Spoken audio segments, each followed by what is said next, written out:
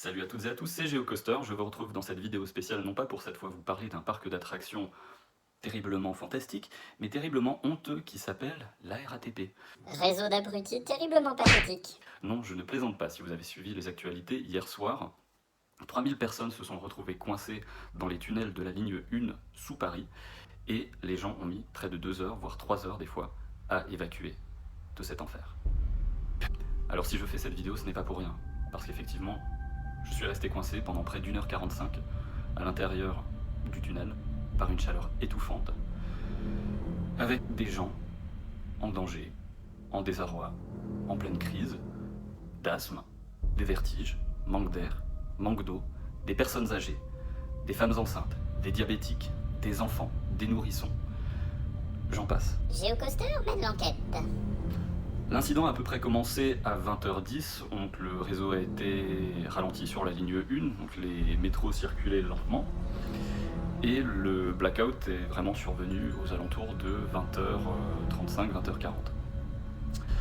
Donc grosso modo, le métro est parti, à son bord plus de 300-400 passagers, 8 rames ont été bloquées entre les stations dans les tunnels. Passé 10 minutes, on nous a signalé qu'il y avait un problème et qu'ils ne savaient pas ce que c'était, qu'ils reviendraient vers nous rapidement. Passé 20 minutes, on commence à avoir le même message, toutes les 30 secondes. Votre attention s'il vous plaît à tous les voyageurs présents encore dans les tunnels. Nous nous efforçons de venir vous secourir pour ouvrir les portes. Merci de ne pas les défoncer. Grosso modo, voilà le message qu'on recevait. Et plus les minutes passaient, plus ce message était récurrent. Genre toutes les 20 secondes, le mec il avait à peine le temps de reprendre son souffle, qui nous rebalançait le même message. Donc au bout d'un moment, passé 30 minutes, 40 minutes, 50 minutes, les gens étaient en train d'étouffer. Il faisait, pour vous dire, 60 degrés. 60 degrés. 60 degrés.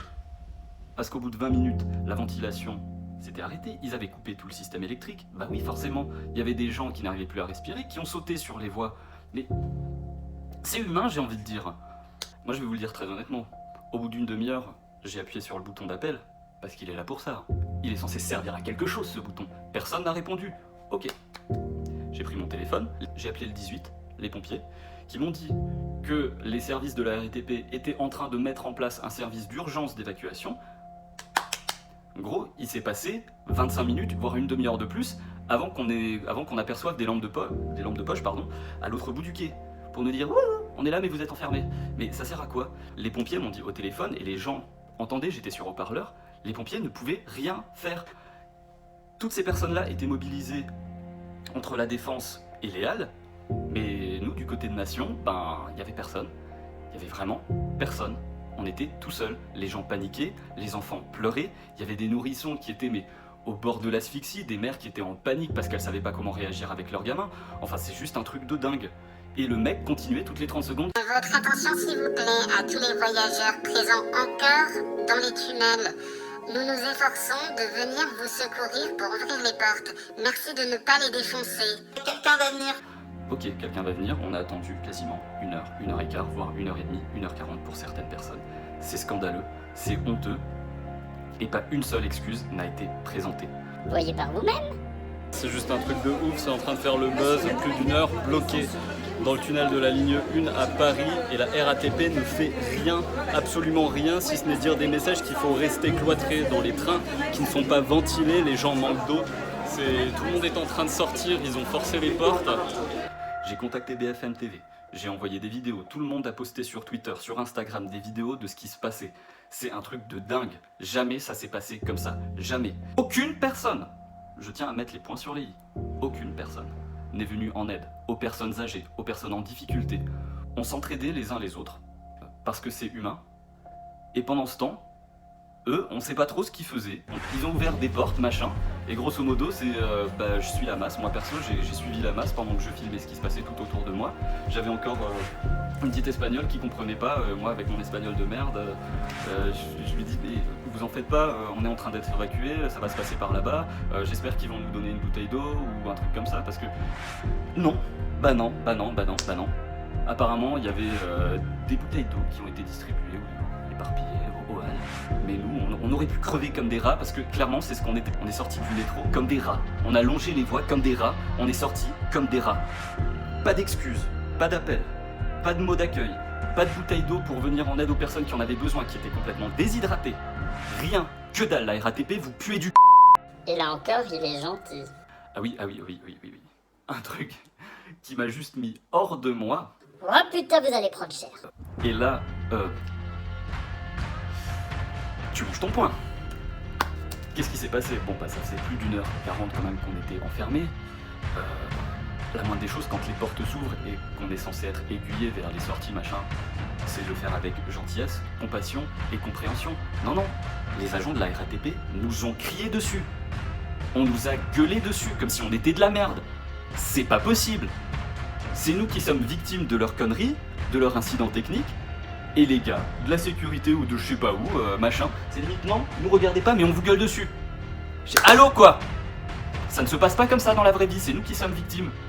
Donc ne prenez pas les gens pour des imbéciles. C'est pour ça que tout le monde est révolté. Il y a des gens, ils étaient par terre. Ils étaient par terre en train de se ventiler avec leur sachet de course. Vous vous rendez pas compte? Alors ne dites pas... Oui, on sait ce que vous traversez. Non, vous ne savez pas ce qu'on a traversé hier soir. Alors une bonne fois pour toutes, mettez-vous ça dans la caboche. Que ce soit la dernière fois que ça arrive, il faut que vous soyez préparés. Ce qui s'est passé hier soir, c'est scandaleux. Moi je dis chapeau à la RATP. Vous méritez juste qu'une chose, c'est qu'on vous la bouche.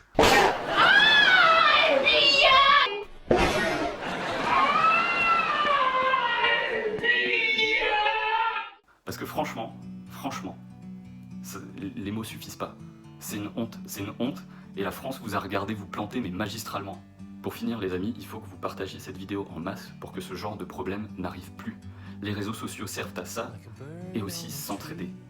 Même si c'est clash, le message est clair, sortez-vous les doigts, venez en aide aux personnes qui en ont le plus besoin, faites tout ce qui est en votre pouvoir, maintenant, pour arranger les choses et que ça n'arrive plus.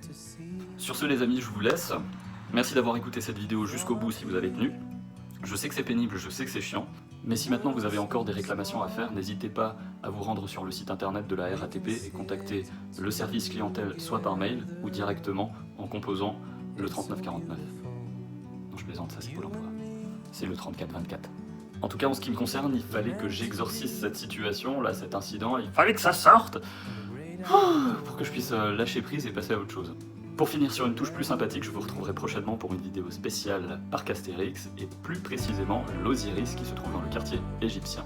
Sur ce, je vous embrasse, je vous fais 1000 bisous et à très vite sur GeoCoaster. Ciao les amis. Si toi aussi tu aimes les parcs d'attractions, abonne-toi à ma chaîne, je te réserve encore plein de surprises. Sometimes you need to go